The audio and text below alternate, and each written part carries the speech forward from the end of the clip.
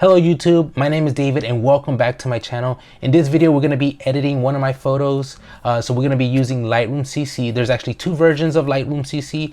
There's the cloud version and then there's the desktop version, and in today's video we're going to be using the cloud version.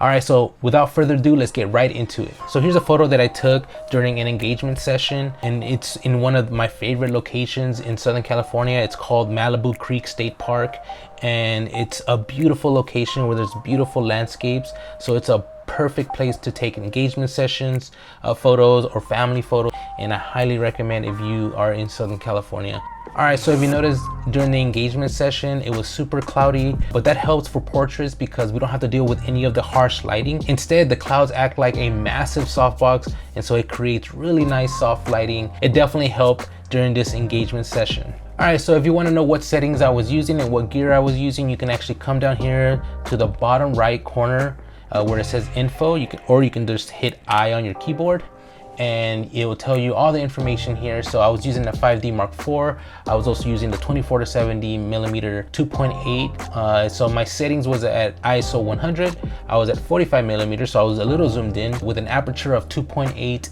and a shutter speed of 400. All right, so if you notice this image is a little underexposed. Probably should have shot this at ISO 200, but you know what, it's still not too bad. I think this is a great image to edit, just to show you guys the power of Lightroom and editing your photos. RAW provides you with way more information for you to edit in Lightroom, and it gives you more flexibility. So, and you will see at the end of this tutorial what the power of RAW can give you. All right, so in order to start editing, you can go here to the top right. So there are different icons, and you can just hover over any of these and they'll tell you what these icons represent. So here we have the edit, we have crop and rotate, we have the healing brush, we have the brush, we have these gradients here.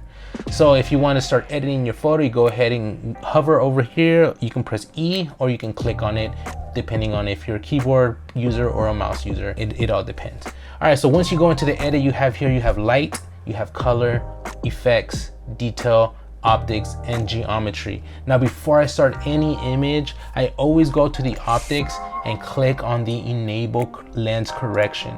So what this does is as you notice, it actually brightened my image. Sometimes when you're shooting on a wide angle lens, there's some distortion on the corners of the image. So let me just show you. Let me unclick and click. You're gonna see like the image moving a little bit. That's because of the distortion from wide lenses. All right, so let me go ahead and click that. All right, so now that we clicked on that, all right, the next thing that I do, I actually start with the exposure. All right, so here again, I'm underexposed, so I'm gonna go up and then go up to my liking, and I think here at 1+1 is where I need to be for now, and I can always go back later and change it if need be. All right, the next thing that I change is the contrast. I do like to add contrast to the images. I normally don't go above 50. I do like here at 50. All right, the next thing before I start touching anything else in light, I close this, I go to color, and I adjust my white balance. So when I look at the white balance, I actually zoom in just to see the skin color. Normally, I gauge my white balance towards anything that's white, but in this image there's not that much white. Up here is gray, I can use that as well, but I'm gonna look at their skin tone for this image. And because it's cloudy, I normally like to have the Kelvin at 5000, and I should have probably set my camera not on auto white balance but on 5000 Kelvin when I was shooting, but it's okay, I can always change it here. And that's the beauty about raw files, is that you can change your white balance and it doesn't really affect your image. But again, it's always better to shoot in camera and set all your settings in camera than to do it in post. However, with raw, again, you have that flexibility. All right, so we went ahead and adjusted to 5000 Kelvin, and now I want to go back to my light here. And next thing I'm gonna touch is the highlights. Actually, before I continue, my goal is to edit so that it looks as natural as possible, so that when I deliver to the clients and they're looking at these photos like 10 years from now, it's gonna be something that they're gonna remember and exactly how the environment was at the moment we captured it. And so that's my goal, is to capture or to edit as natural as possible. All right, so with that being said, let's continue here. All right, so the next thing again is the highlights, and the highlights are basically is going to take the brightest part of your image, which in this case is the sky, and I'm going to bring that down so that can bring some of that detail back. So if you notice, you can see some of the clouds now once I move it down. So I'm not going to go all the way down. I'm just going to go like right there. That's pretty good. And then the shadows is you can either darken your image or you can brighten your image with the shadows. In this case, I'm gonna brighten it because again, I underexposed a little bit, so that is my bad. And then I think I'm gonna go with right here, 68. All right, so then the next line item here is the whites. And again, I always like to bring that down because it kind of like softens up the image. If you notice here, hopefully you can see it through YouTube. But what I'm seeing here is you can definitely see it softening up a little bit, and I like that look.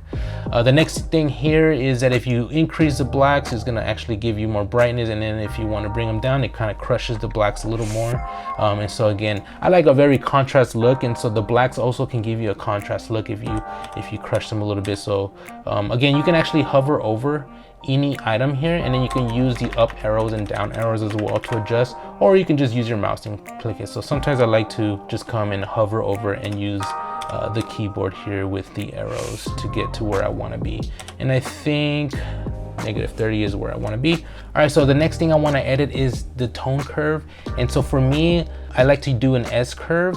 Now I will create another video tutorial explaining the S curve a little more in detail, but all you need to know is that this controls your highlights here.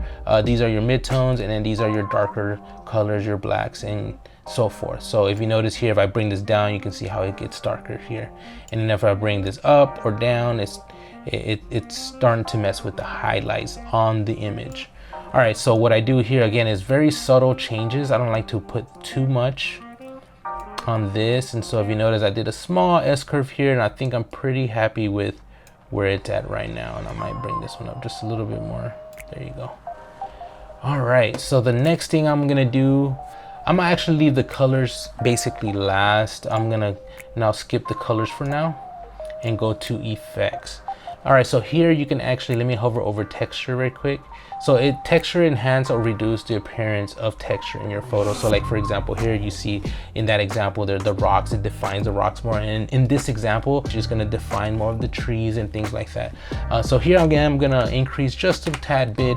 Again, I do a lot of subtle changes. I don't like to disturb the image too much. Again, I'm trying to go for that natural look. All right, so the next thing we're gonna do is clarity. And so in this case, I like to bring clarity down. So when you bring clarity down, actually you can see how it just softens the image. Obviously, I'm not gonna bring it down too much, but I like to soften the image a little more. So like for wedding photography, I love that look. So I'm gonna go here -10. All right, so for dehaze, I do always, for the most part, increase dehaze. And so what this does is, let me actually zoom into the background here. All right, so you can see, ooh, it's already looking really good on the image here. So you can see the background. When I increase the haze, it's gonna define, it's gonna give that more, it's gonna give more contrast to the background. So, ooh, there you go. I really like that. So let me bring it down again. See how if I bring it down, it kind of like softens up and it brightens the image here. But I want more contrast, I want more punch on my background. So I'm gonna bring it up to 20, and I'm pretty happy there. So there you go. That's what dehaze does for you. And for dehaze as well, like if you had an image that there was some sun flare coming into your lens, if you up that, that helps out as well. All right, so I do put a little vignette as well. Again, very subtle, not too much. I think 15 is too much, so -10 would be good here. All right, the next one I'm gonna do is detail. Here's where you can sharpen, you can reduce some noise if there's some noise in your image. Here I'm gonna sharpen the image, and I normally go up to 80, 85 for the radius, and I'll explain this in a little bit. I bring it to 1.5, and then I do a masking. So what I'm gonna do is hold Alt on my keyboard, and then I'm using a Windows computer, so I hold Alt, and then I'm gonna increase the masking. So what this does is, all right, so the mask right now is on all over the image. So when you increase the sharpening, that means it increases the sharpening on the entire image. But if I hold Alt and then increase masking, it's gonna define more of what you wanna sharpen. So the items that are in white is what is sharpening. And usually once my subjects are outlined the way I like, I normally leave it there. Only areas that are in white are being sharpened. So that's what that mask is doing. The next thing is noise reduction. I usually do increase this a little bit. It helps you reduce any grain in your image. And again, because I underexposed and I brought up my exposure and my shadows up, I'm definitely gonna add some noise reduction in this image. All right, before we go into the colors, let me just show you our before. And the way to do this is that you can click backspace and it'll toggle back and forth of your raw image to your edit version so far. You can also click down here. There's this item here that you can just click here and they go back and forth, and they'll toggle back and forth. All right, so it's looking really good, guys. All right, let's go back to color. And so here, I normally always move up my vibrance. I like color, I like contrast in my images. So I always bring that up to 15 or sometimes even 20. I'll leave it at 20 here for now. All right, the next thing here is your HSL section of the coloring. And here you can actually select each individual color you want to edit. So for example, let me start off with their skin tone. So anytime that you want to edit skin tone is actually going to be in your orange tab. So our skin tones are orange color. And so let me show you very quick. Let me increase the skin tone. See if you notice their skin tones have changed all the way to orange, and obviously that's not a flattering look, so let's not do that. So what I usually do is I normally bring this down just a tad, and I think -15 is good. That looks very natural. Their skin tones look very natural in there. The next thing I'm gonna do is edit his shirt. His shirt pops a lot in this image, which is fine, but I think it pops too much. So what I'm gonna do is bring the saturation down. And so basically you have three things here. You have your hue, you have your saturation, and you have your luminance. And so in this instance, I'm bringing down the saturation, meaning I'm bringing down some of that color in that red in his shirt. And so the next thing is the luminance. And luminance is basically brightening or darkening that specific color. So in this instance, it's red. So if you notice, I'm increasing the luminance is making that shirt brighter. And then if I decrease it, is making that shirt dark, and I'm in the red tab here. In this case, I am gonna bring it down a little bit so it doesn't pop as much. And there you go. Let me zoom out. All right, so when I'm taking photos and it's in a landscape like this where there's a lot of greenery, there's a lot of foliage, then I usually bring down the yellow. So let me show you very quick why. So if you look at the leaves, the grass and all this, there's a lot of yellow in there, and I usually don't like too much of that, because first of all, it doesn't look that natural, and I want to look as natural as possible. So just to show you, I'm going to increase the yellows, and you notice all the yellows that are in this image. So let me bring that down very quick, and I think I'm happy with -40. Yeah, I'm happy with -40. All right, so the next thing too is bring down the greens. I don't like a lot of greens in my image either. So you can actually bring down the greens all the way. Actually, let me go to the yellow. Let me show you what that looks like. If I bring down the yellows all the way, it actually doesn't look that bad. It really makes my subjects pop from the image. And so let me just reset. So again, anytime you adjust any of these and you want to reset back to 0, you just hover over and you can just click reset. So let me go back to -40 here. Let me go back to the green and let me bring that down. There you go.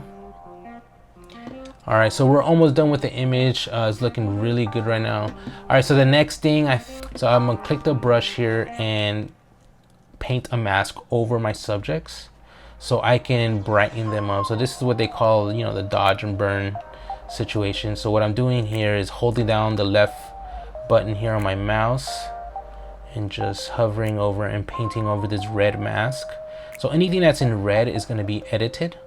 Anything that's not masked in red is not going to be touched at all. So this is pretty cool. And so to increase and decrease the size of this, I actually just do the scroll wheel.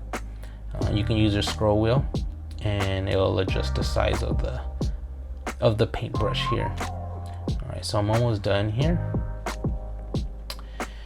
Yeah, so what I'm gonna do is increase the exposure so that my subjects are popping more. Now, the reason why I like to do this is because your eyes are drawn to the sharpest and brightest part of the image. And so if I can just brighten just a tad the subjects in my photo, then it's definitely gonna draw your attention to them. And that's what I want. I want them to shine. All right, there you go. So what I'm gonna do is bring up the exposure just a tad and increase my shadows to poly 10, and let's see how that looks. Perfect, there you go. So again, it's a very subtle increase in the exposure, and it looks pretty awesome. All right, so I'm gonna go back. Before I do anything else, I'm gonna check to see if my exposure is good. I think I'm gonna increase it just a little bit.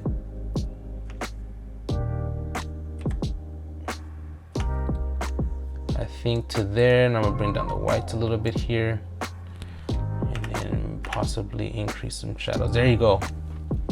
All right, now the last piece of everything that I do, I look around the image to see if there's any distracting items that I probably need to remove. And I do notice one thing here on the ground. I don't know if it's a white rock or it's a piece of trash, but what I'm gonna do is I'm gonna remove that using a heel brush here. And so there's two options. You have the clone and the heel. So I usually like to use heel, and then I use feathering at 50 and opacity at 100. So what you do is, if you notice, I'm gonna increase the size of my brush here. I'm gonna hover over this white trash or rock, whatever it is. All right, so I'm gonna click here, and then I'm gonna drag this to here so that it clones or heals. And basically, yeah, it's basically copy and pasting this area here to here. And that way it removes that little white speck that was there. And now that I zoom out, there's no more of that rock or trash that was on the ground. I don't think there's anything else I need to remove in this image. Everything looks good. All right, so that's how I edit my photos in Lightroom. Thank you so much for watching, and I hope you learned something new today. And again, I always say that the same thing over and over again, is the only way that you can learn and grow in your photography is that you actually go out and take photos in the real world and then start editing your photos. And that way, during the editing process, you can see what you did wrong and what you can improve on for the next time you take a picture. All right, so thank you so much for watching. If you're into photography, filmmaking, or even business, then please consider subscribing. I really appreciate you guys. Thank you so much. We'll see you in the next one. Peace.